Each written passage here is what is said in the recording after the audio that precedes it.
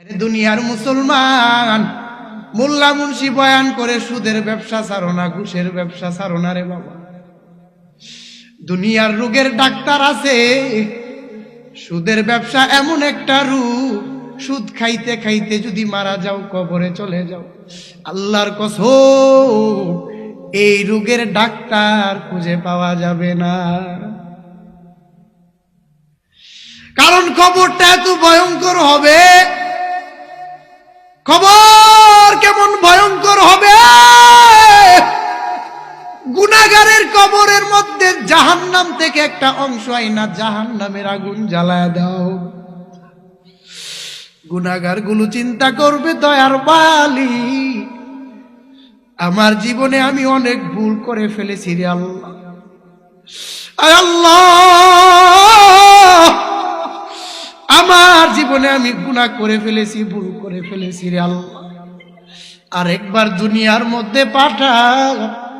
আল্লাহ ডাক দিয়া বলবে, রে নিমুখ হারাম, ও জিব্রাইল যা, আমার বান্দা দুনিয়ার মধ্যে আমি আল্লাহর ইবাদত মানে নাই, গোলামি মানে নাই। জিব্রাইল যাও, একজন ফেরেশতা পাঠায়া দাও, এমন একটা ফেরেশতা পাঠাইবা যেই ফেরেশতা কবরের মধ্যে ঢোকার পরে এমন একজন গজবের ফেরেশতা আল্লাহ দিবেন, যেই ফেরেশতা চোখেও দেখে না, কানে শুনে না। এ ফেরেশতা গুনাহগারের কবরের মধ্যে শাস্তি দিতে শুরু করবে। বলে একদিন আর দুদিন নয়, একটানা 40,000 বছর কবরের মধ্যে শাস্তি দিতে আরম্ভ করবে। সহ্য করা সম্ভব? দুনিয়ার একটা মুমের উপরের মধ্যে, ও করিমগঞ্জ তালতলার মুসলমান, ঘরের ভিতরে গিয়া একটা মুমের উপরে হাতটা রাইখা দেই করে মুসলমান। দুনিয়ার এই মুমের আযাব সহ্য করতে নি পারো, আর এই মুমের চাইতে 1000 লক্ষ কোটি গুণ জাহান্নামের আযাব তোমার উপরে জ্বালায়া দাও। কেমন জাহান্নামের আযাব, কেমন কবরের আযাব! বান্দা একদিন আর দুদিন নয়। মুহাদ্দিসিনে কেরাম বলেছেন, লিখেছেন, কিয়ামতের 1 ঘন্টা 1 দিন আগেও যে দুনিয়া থেকে বিদায় নিবে, এই ব্যক্তিটাকেও কবরের মধ্যে 40,000 বছর থাকতে হবে।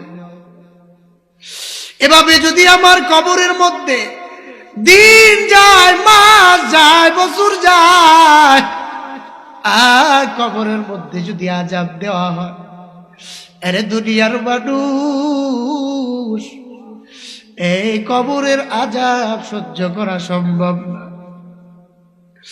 কবরের আযাব সহ্য করা সম্ভব না।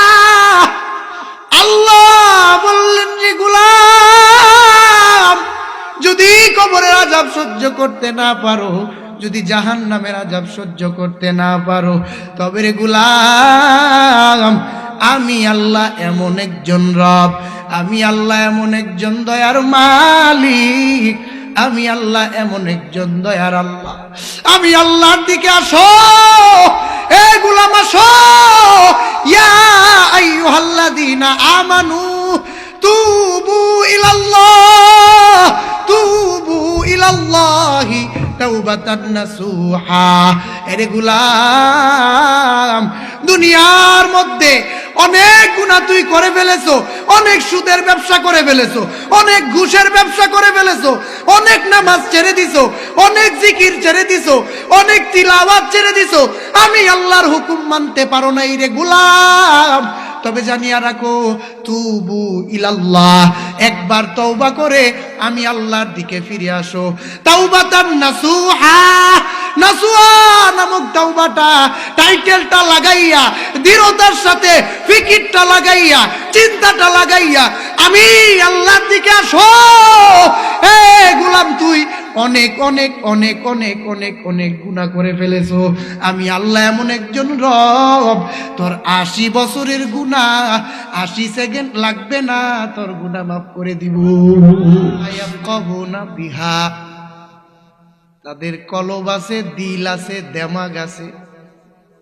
এই দিল দেমাগ থাকার কারণে কোনটা ভালো এবং খারাপ যাচাই করে না।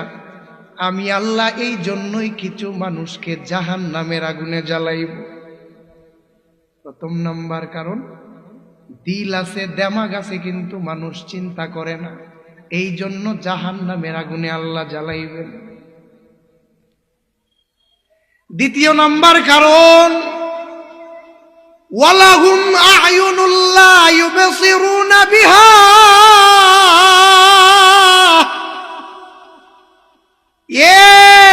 মানুষ তাদের চোখ আছে, চোখ দিয়া দেখার পরেও কোনোদিন মানুষ সঠিকটা দেখে না, বুঝে না। প্রথম নাম্বার কারণ, কলব থাকতেও কলব দিয়া চিন্তা করে না। দ্বিতীয় নাম্বার কারণ হচ্ছে মানুষের চোখ আছে, চোখ দিয়া সঠিক দেখে না। ওয়ালাহুম আযানুল লা ইয়াসমাউনা বিহা, মানুষ তাদের কান আছে, কান দিয়া সঠিকটা শুনে না। মোল্লা মুন্সির বয়ান শোনার পরেও বহু বহু মানুষ আছে জিন্দেগিতে আমল করে না। বলেন এমন মানুষ সমাজের মধ্যে আছে না নাই? এরপর আল্লাহ জানায় দিলেন দুনিয়ার মানুষ, উলাইকা কাল আনআমি বাল হুম আদাল, উলাইকা কাল আনআমি বাল হুম আদাল। কিছু মানুষ দুনিয়ার মধ্যে চতুষ্পদ জন্তু থেকে খারাপ। কয় শুধু চতুষ্পদ জন্তুর মতো খারাপ না, বাল হুম আদাল, কিছু মানুষ জমিনের মধ্যে আছে, এরা 4 পাওয়ালা জানোয়ারের চাইতেও খারাপ। যে আল্লাহ বলেন মানুষের মতো দামি আর সম্মানী কেউ নাই, মানুষ এত দাম, মানুষের এত সম্মান, আল্লাহ আয়াতের অংশে বলছেন মানুষের মতো দামি আর সম্মানী কেউ নাই। আবার দ্বিতীয় আয়াতে আল্লাহ বললেন কিছু মানুষ জমিনের মধ্যে আছে, এরা জানোয়ারের মতো।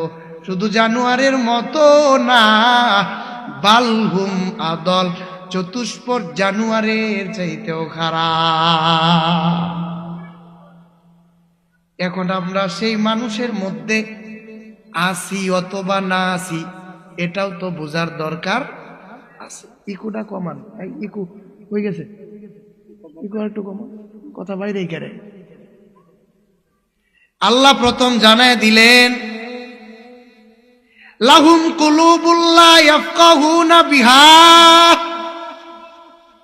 এই বিষয়টা আসেন আমরা একটু গবেষণা করি। আল্লাহ যে ভিতরে দেমাগ দিছে, দিল দিছে, এরপরেও মানুষ চিন্তা করে না। এই চিন্তা না করার কারণে আল্লাহ অধিকাংশ মানুষকে জাহান্নামে জ্বালাবেন। কয় মানুষ কিসের চিন্তা করে না? কথার কথা, জাউতলার বাজারের মধ্যে এমন একটা দোকান আছে, যে দোকানের খাবার খাওয়ার পরেও, খাবার খাওয়া মাত্রই মানুষ মারা যায়। বলেন এই দোকানের মধ্যে মানুষ ঢুকবে নি? কথা কয় না, ঢুকবে। কারণ মানুষ জানতেছেন খাবার খাওয়ার পর দুনিয়ার মধ্যে আমি বেঁচে থাকতে পারবো না। কলব দিয়ে চিন্তার পরে মানুষ এই খাবার জীবনেও খাবে না। মানুষ দুনিয়ার মধ্যে এই যে চিন্তা আর ফিকির লাগাইছেন, খাবার খাওয়ার পর, মারা যাওয়ার পরে এই খাবার মানুষের মুখের ভিতরে ঢুকাবে না। আল্লাহ পাক শুকুরের গুস্তু হারাম করছেন, কেউ শুকর জীবনেও খায় না, কারণ বুঝে শুকুরের গুস্তু ভালো লাগে না। কুত্তা আল্লাহ হারাম ঘোষণা করেছেন, কেউ কুকুরের